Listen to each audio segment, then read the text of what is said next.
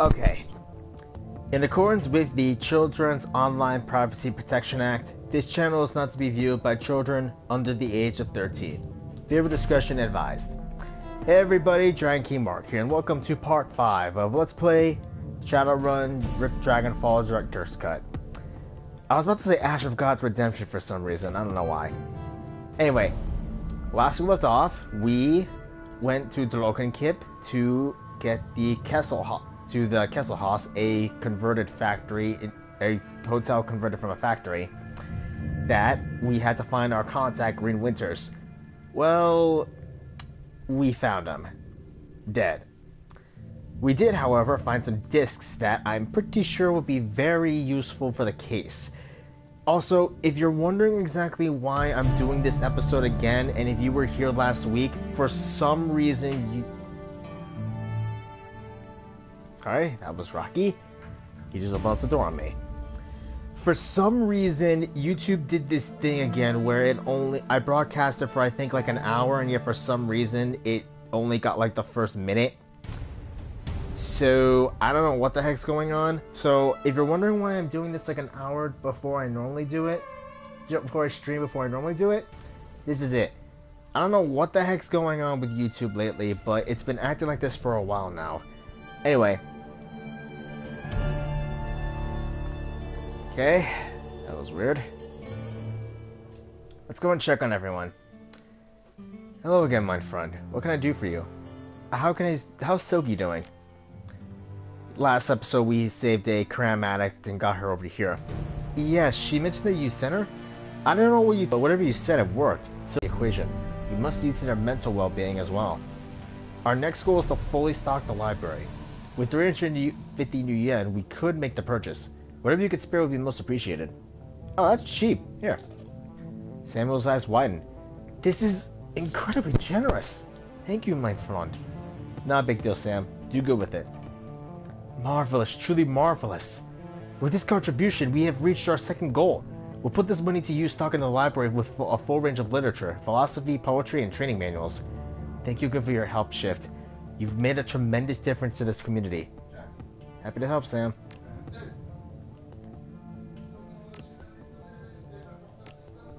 I apologize. I also apologize for the internet quality just dropping like a friggin' rock.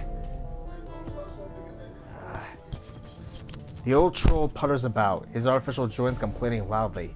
He seems heavier today than when you first met, and he takes your approach as a reason to see himself in rest. I understand they put you in charge of Monica's outfit. Looks like we're both carrying heavy burdens. Ha! I suppose so. We'll see what gives out first, your will or my plastic knees. How are people handling the loss of Monica? I think most are still in shock. But just you wait, that'll pass, and then the panic sets in. Few folks have any real discipline around here. Monica kept them calm, by keeping them safe. Now that she's gone, they're gonna start realizing what a heap of misery this blasted city can be. You don't seem too worried though. Already died once. Every day since is just a bonus. A tired, painful bonus. Really doesn't matter that much to me, but to the rest, it's gonna be a different story. Monica kept this place in one piece. She read the flux like a bird reads the wind or a fish reads the current. Without her, there's no telling what's gonna happen. Anything else you want to jaw about? I'd like to hear more about you. Let me guess. You want to know how I lost the legs? Those prosthetics are antiques. Not like your modern cyberware, that's for sure. A few better options at the time. Lost the legs during the first Euro War, if you must know. In a bombing. And you need something else? No, didn't mean to bother you. Sorry about the internet quality crapping out right now. I'm doing this early because I feel like doing it at 11 might be giving me a worse chance trying to do this. We also got a formula for Jazz. Let's give it to him. Alright. And while we're out, let's go and talk to the doctor. So yeah, I don't know what's been going on lately, but for some reason, every time I've been trying to stream lately, like more than an hour, it doesn't want to process it. Let's get that auto-injector. Very nice. The design appears to be simple enough. Yes, I should be able to provide you with this. It won't be cheap though. And I'll show you what I mean. Should be induction jack, eye data jack. Ooh, tempting. We'll be able to get some of the essence we lost back. God dang it, where are they? There's the auto injector. Yeah, I don't know what the hell's going on. Every time I've been streaming lately, it just seems to crap out on me. I don't know why. Simmy. The girl with the chip in her head stands with her eyes closed, rocking back and forth. She looks so frail that a light breeze might knock her over, but she somehow stays on her feet. Whether by coincidence or some kind of preternatural junkie awareness, she opens her eyes when you come near. I know you. Maybe by face, but not by name. I'm Shift. By face, by name, by cry, or by song. Simi Kim is what most people call me. They think I don't know why, but I do, Monica explained. How do you feel about Monica's death? Kim hugs her arms close to her body. Sad. She never got to have a family. She'll never get married, never be a mother. Seems she was a mother to the whole Kruezbasar. Kim nods her head almost dumbly, her eyes unfocused on the ground. Monica said a mother is always a mother. Always. She hugs herself tighter as she stares blankly at the ground. So what have you been up to? The girl absently fingers the chip jack in her temple. I wanted to escape with the children and the captain. We had to get away from the soldiers, out of Austria. But it was wrong. All wrong. I was taken over the mountains, but it was the wrong way. I know it was. It would have taken us straight to Germany, not Switzerland. Should have taken a train gone to Italy. There we would have been safe. I didn't want it to end badly, so I turned it off. Zack sold me something new. In it, I feel strong. I have a son, and he's destined to save the world. I have to protect him because the machines have come back to kill him before he can become a man. Did he give him a Terminator BTL? That actually makes sense. I won't let that happen, because in there I am strong. Those Kim's words are bold. Her trembling voice and body betrays someone aching for a fix. I'll catch up with you at another time. Der Weinkeller. And, this is actually a different place. Lucky Strike. If you remember her from the first game, you'll understand. A young woman stands behind at the bar, smoking a cigarette. You've seen her face before. Lucky Strike. One of the mercenaries from Monica's files. A puff of blue-gray smoke spills from the corner of her mouth as she turns her attention to you. Hey. The distinctive circuit pattern tattoos that line her face shimmer and pulse with light. You need something? I don't believe we met. I'm Shift. Yeah, I know who you are. She takes a drag on her cigarette. How did you holding up, champ? I heard what happened to your boss. It happens. Running the shadows is a dangerous line of work. She smirks and lets the smoke escape from the corner of her mouth. Don't I know it? So you need something? Or are you just gonna stand there staring? Why'd you bring up Monica? Did you know her? I met her a couple of times. Seemed nice enough. She takes another drag of a cigarette, but I mostly knew her by reputation. You can't live in this Kiev without hearing about the Queen of the Kruezbasar. She pauses, then slowly lets the smoke escape through her nostrils. Can't say that I was a fan. Whoa there! Monica didn't control the Kruezbasar. Didn't she? She locks eyes with you. Then why did the place start falling apart the second she got geeked? She takes another drag on her cigarette. The smoke spills out of her mouth as she speaks. Either Monica controlled the Kruezbasar, or she had her fingers in so many pies that she might as well have. Comes out to the same thing either way. Lucky Strike taps on her cigarette and leans towards you, a predatory grin on her face. You and your friends, you followed Monica too. Obeyed her words without question, right? Not without question. There were debates. And at the end of those debates, Monica would put her foot down and you wind up doing whatever she said, right? She smirks at you. Don't bother answering, it was a rhetorical question. For such a rabid anarchist, your friends seem awfully comfortable being in power. Kind of a contradiction in terms, don't you think? Yeah, actually. All of your points are valid. She blinks. Huh. I've gotta admit, I wasn't expecting that. She was your friend after all, and you're following right along her footsteps. I don't put my friends on pedestals. Monica made mistakes just like the rest of us do. But then, why did you step in her shoes? Why are you making all the same decisions she did? Because I never claimed to be an anarchist. There's a long pause. Finally, she shrugs. Fair enough, I suppose. But a word of advice. Don't take too much on yourself. Spread the responsibility around. Good of you to care. She turns away. I don't. But in a place like this, stacking too much power on any one person is dangerous. Not just for that person, but for everybody. The last thing we need for you is to eat a bullet and for this whole place to fall apart again. So yeah, I'm streaming this earlier, an hour earlier, because I want to test something. I need to know if it's the time of my streams or something else. I don't know.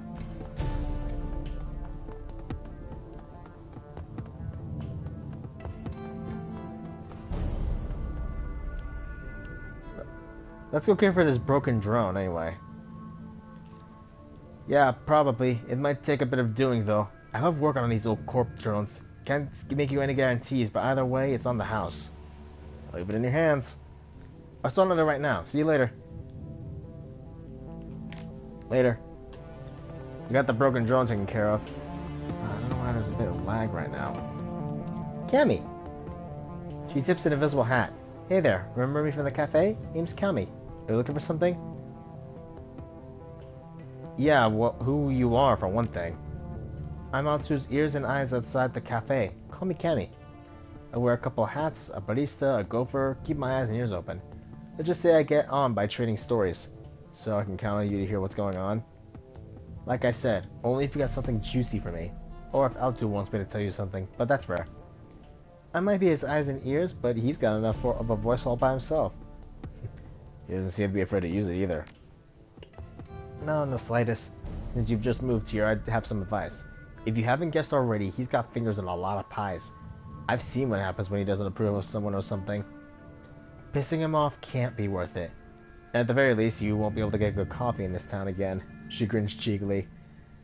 So, what's the story between you two? She grins and winks lasciviously at you. Oh, surely you've guessed. You're not serious. She laughs. I can't pull a fast one on you, can I? Well, I'll tell you the real story sometime. How about that? Right now, though, I've got some errands to run. Come on over sometime and we can chat over hookah or something, yeah? She lazily tips an invisible hat at you before turning her focus to a calm on her wrist.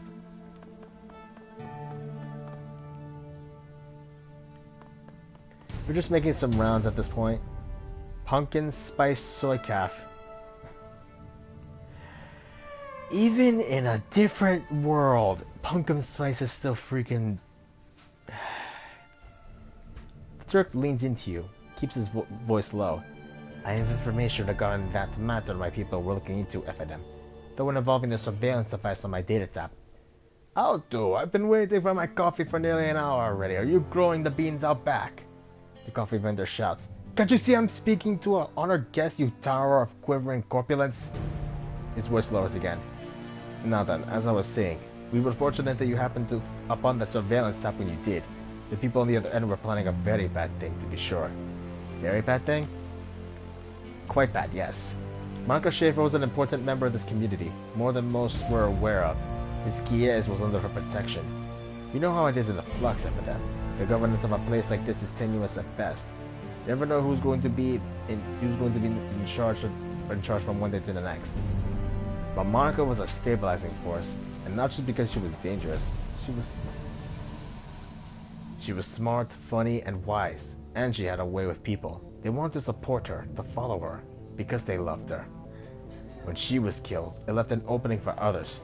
It would have meant bloodshed and pain if this council had been allowed to continue the plan. But they did not. We saw to it, you and I. What happened to them? They have been reasoned with. Let us simply say the matter is settled and leave it at that. The Kruezbasar will maintain its stability a while longer thanks to us. No, what can I do for you, FDM? Would you like some coffee, perhaps? Just killing time. I'll be going. Got some more karma. Let's go check out Algernon.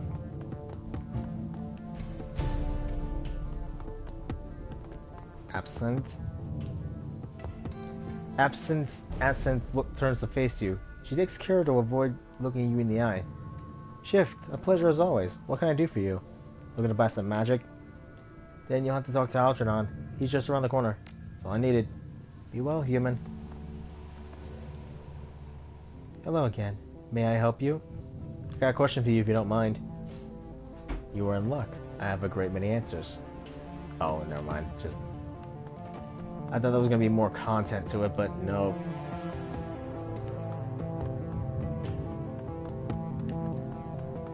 Okay, we've talked to practically everyone. Let's go ahead and talk to our group. We gotta go talk to Blitz anyway. He just came in.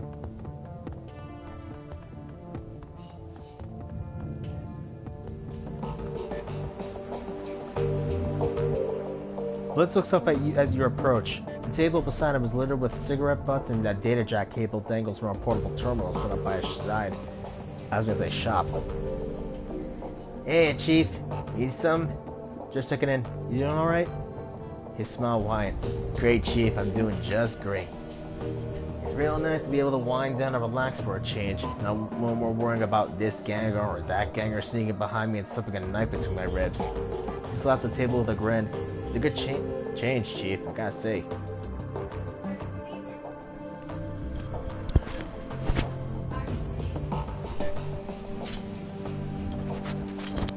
I would really kill if people would just close my door. Sorry about that. Good. You can focus on getting our. Glad to hear. We're happy to have you on the team. Of course you are. He gestures at himself with a flourish. What's not to be happy about? Any thoughts on that last run you'd like to share?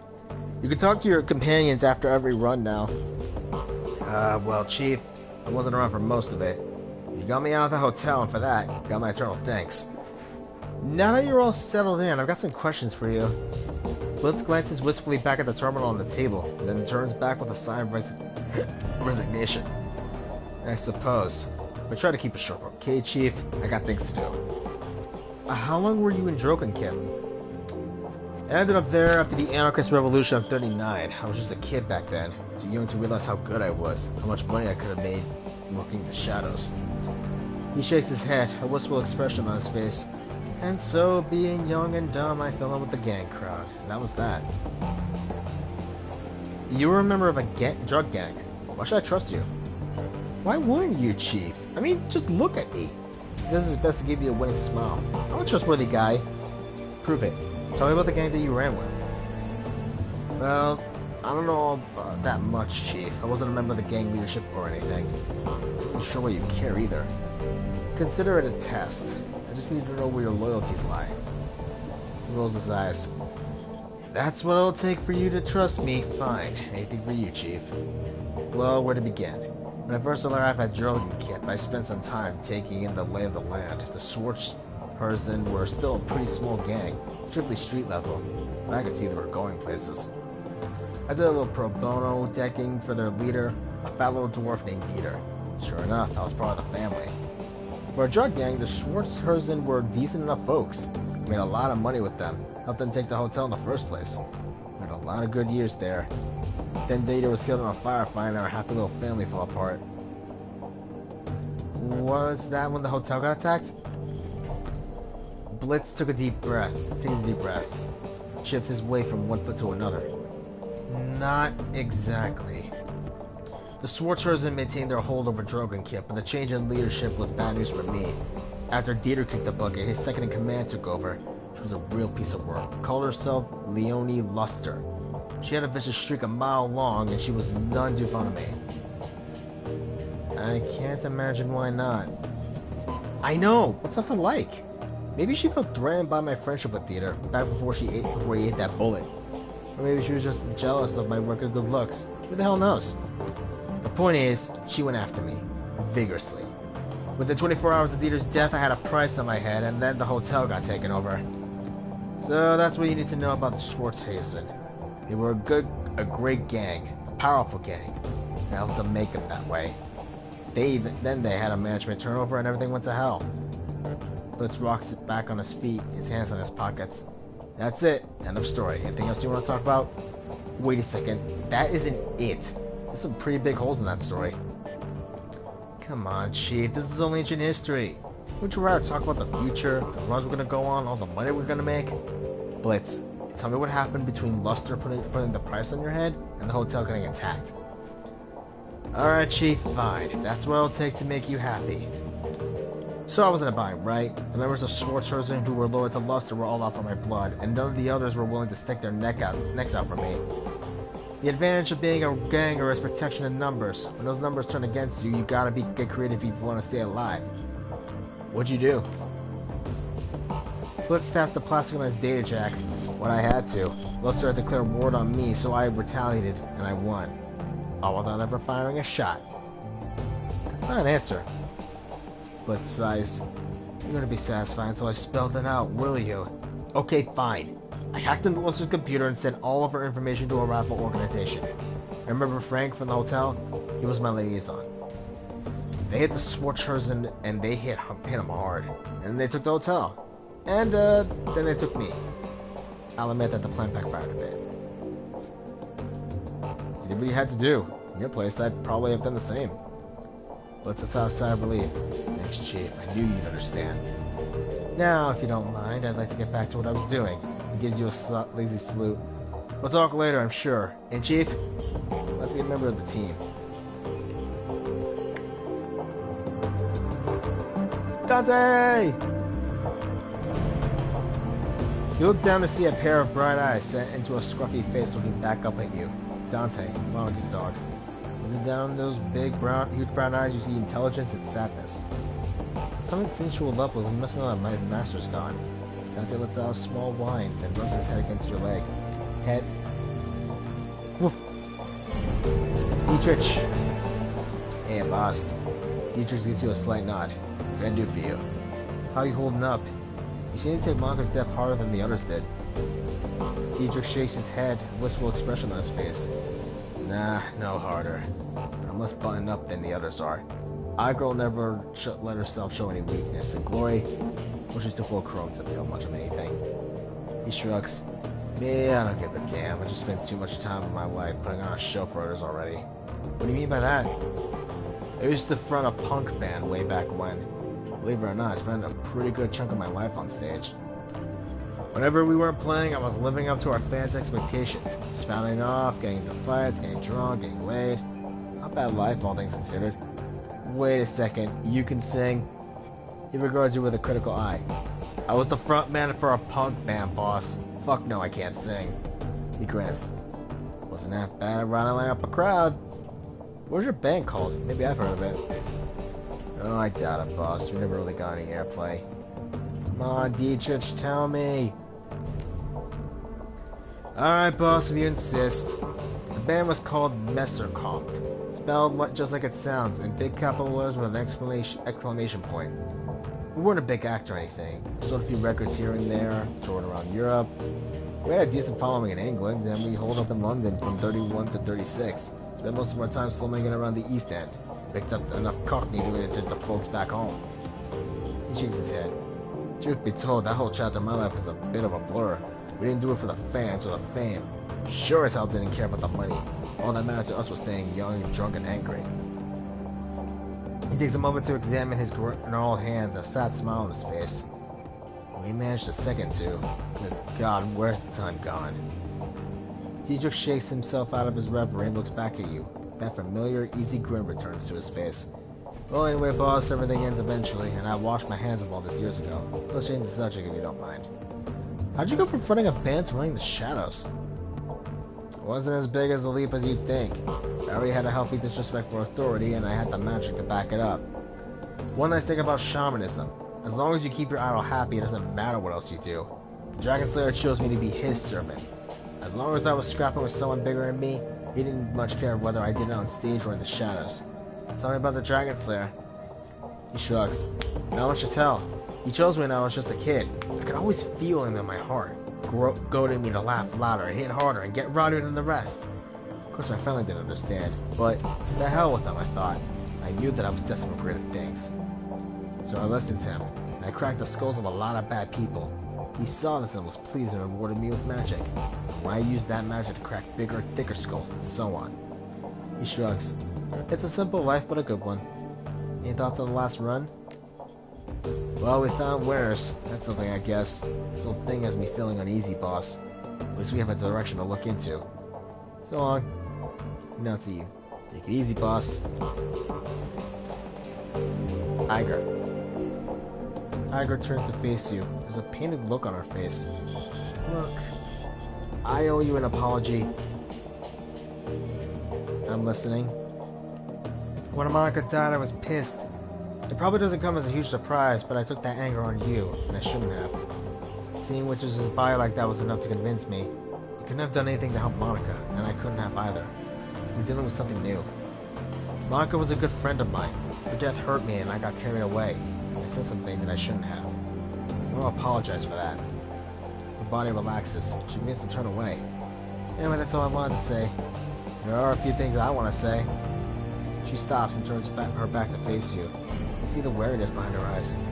Go ahead. I'm not stopping you. I accept your apology. But if you ever insult me in front of the team again, you're gonna regret it. That's a promise. She nods appreciatively. Some backbone. That's good to see. Don't worry, Shift. I won't question your competence again. Not in front of the others, at least. I won't lie, I still have concerns about you. What kind? Basic ones. I don't want to see history repeat itself. What history are you talking about? I'd rather not go into it, fearless leader. Let's just say that I've had bad luck with underexperienced teammates and leave it at that. She turns away. You should go, fearless leader. I got prep work to do for our next run, and you got more important things to do than watch me pack my gear. Yeah, basically with Iger, you just gotta be, you know, blunt with her. Honest, I guess. Glory's expression remains distant, but she lips curl into a hint of a smile. Shift, need something? Everything still okay with you? You never need to worry about me, Shift. I'm fine. I'd like to know about that chrome you're sporting. That's not a story that I'm interested in telling out of context. If you really want to get into it, we're gonna need to go back, way back. She stares at you with her cold, dead eyes. I'm not sure that you want to do that. You say you'll give me answers when we talk about your past, so let's talk about it. Why do you care? There's no hostility in her voice. It just sounds suspicious. Because I'm the leader of this team, and I need to know as much as I can about the runners who are working with me. She pauses for a moment, considering, and she nods. Alright, fine, we can talk. We're doing it on my terms. This is a long story, Shift. Long and ugly and cruel. Are you sure you want to hear this? Please. Alright, I'm gonna start at the beginning. Not for you, for me. I guess it might help me to say all of this out loud. She takes a deep breath and slowly releases it. When she speaks, her voice comes out in a cold monotone. My family lived in Stuttgart. It was a nice enough place, I suppose. My parents worked as wage slaves for IFMU. My mom was a good person. Once upon a time, my father was a decent person as well. That's what Mom always told me. I never knew him that way. She pauses for a moment. She begins speaking again. Some of the ice has fallen from her voice. For the first time since you met her, Glory sounds alive. The dad that I knew was an old, damaged Euro war vet who turned into a hardline religion to make sense of the world. In Stuttgart, that meant either the Reiter Christi or their fascist cousins, the Kruezbasar. My father chose the latter path. I still remember hiding in my room when my father had his Kruezbasar brothers over for prayer group. They would drink and get rowdy and then spend an hour or two riling themselves up talking about heretics and the devil's work. Then they go find some poor elf or dwarf, stomp the living shit out of them, and drown him in the Neckar. Meanwhile, I'd be holed up at home with Mom, who would commemorate the event by drinking a bottle of wine and crying herself to sleep.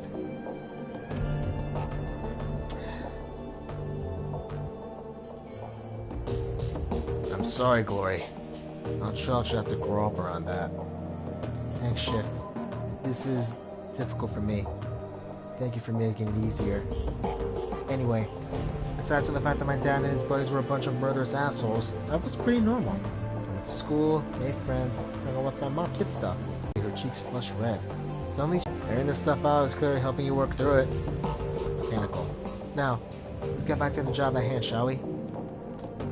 Man, I feel for boring, honestly. I mean, living literally like through that. I don't know if anyone can be able to live through all that. Let's see.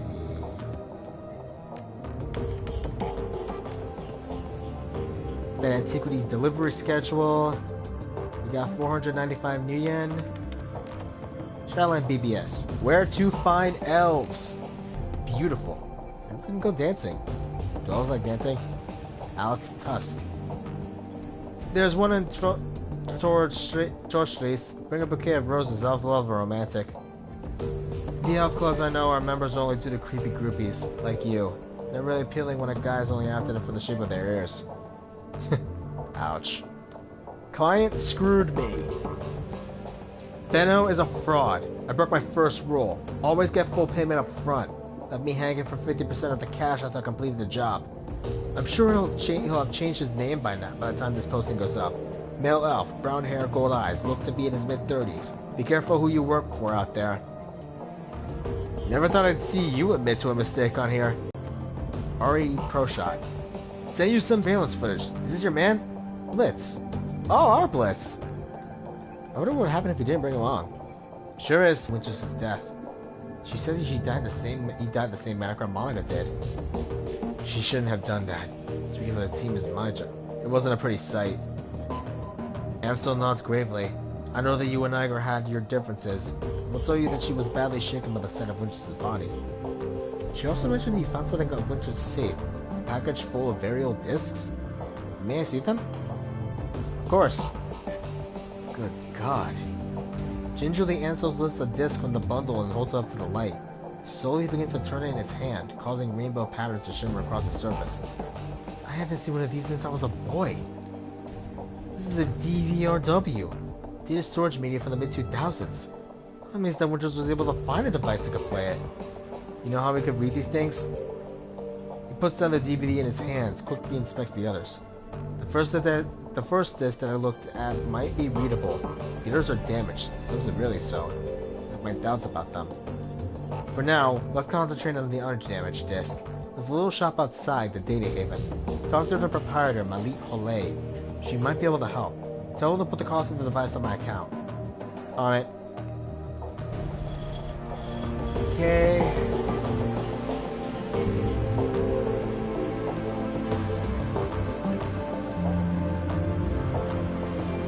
Let's go and take care of that, honestly. Welcome back. What can I do for you? I'm looking for something that can play a DVD/RW. Really? That is old tech. Very old, in fact. Just a moment, I'll go back. I'll go look. She turns to rummage through a bin of obsolete components at the back of her stall. Ah yes, here we are. The door fuzzles a mid-sized flat screen display out of the bin. This display has old enough hookups to connect to a DVD player. RCA, you know. Vintage. The player itself, though, this I do not have. You may wish to try your luck down at the junkyard. There's a scavenger there, a primitive man with crude disposition. If anyone here in the Kruezbasar can help you find your DVD player, he can. But he will almost certainly attempt to overcharge you for it. She takes a deep breath and smiles up at you. But you are not here for gossip. Shall we conclude our business? I could give you the display for, say, 200 UN? Paula himself sent the charger to his account. Ah, very well. I will have it packaged up and delivered to her himself right away. Best of luck finding your DVD reader. Wish you well.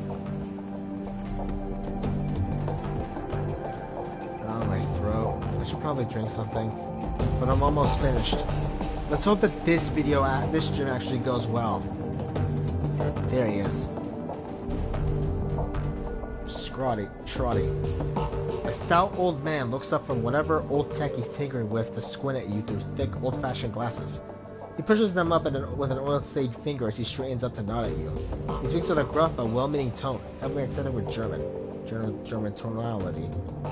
Guten Tag, what can I do for you? Malit tells me that you're the man to speak about DVDs. That little shrew sent you my way, huh? Scotty smiles bronze. Wonders never cease. Well, introductions are on over there, I suppose. Trotty Buckman at your service. Old man raises a grimy hand in salute. Need some salvage? Some mold components VH? I am indeed your man. Wonderful. How about the DVD player? Well, let's see. I think I got something that'll work for you. Trotty rummages through the junk heaped on the table behind him. A few seconds later, he snatches up a battered plastic lozenge shape from the pile. Ah, here we go. An old Korean player that I dug up last week. 2010 bottle, real beauty. Tries mild bronze, and he gives you a conspiratorial wink. Fixed her up and got her running, but without any discs to read, I'm also been using her as a paperweight. Sounds like what I'm looking for. How much you want for it? Trotty glances at the DVD player, a new rueful expression on his face. Well, I'll admit I'm a little loath to part with her. There are plenty of folks out there who'd really appreciate an older player such as this, and I don't know what your intentions are for it.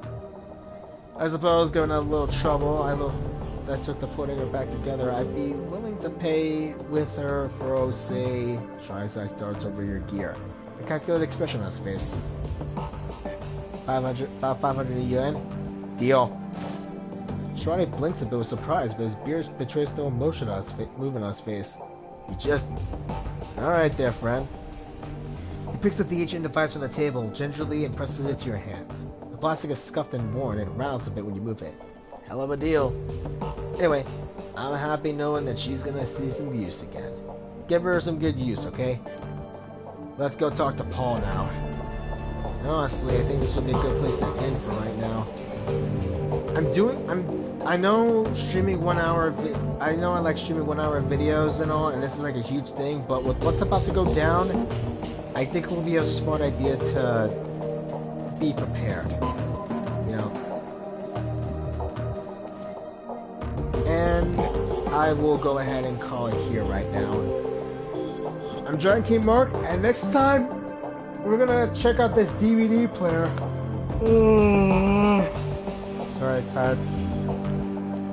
We're gonna check out this DVD player, find out what's on these discs, and hopefully, maybe we can learn a bit more about what the hell Green Witches was looking for. Until then, leave a like, comment, and subscribe. Hit that bell icon to be notified and be alert. Hit the subscribe button to stay on the. Hit the bell icon to stay up to date, and I'll see all of you next time. Laters. And pray that this stream actually manages to come in pretty well.